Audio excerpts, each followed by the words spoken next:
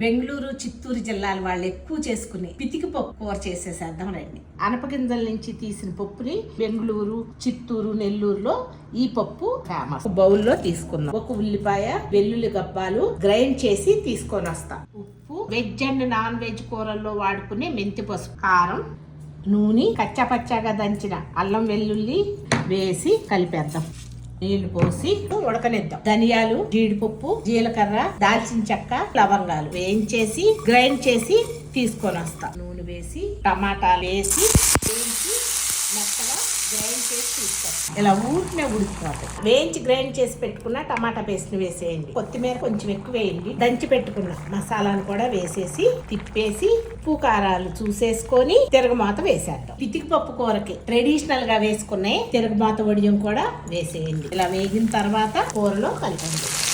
తిప్పి వడ్డించుకొని తినేసేయటం.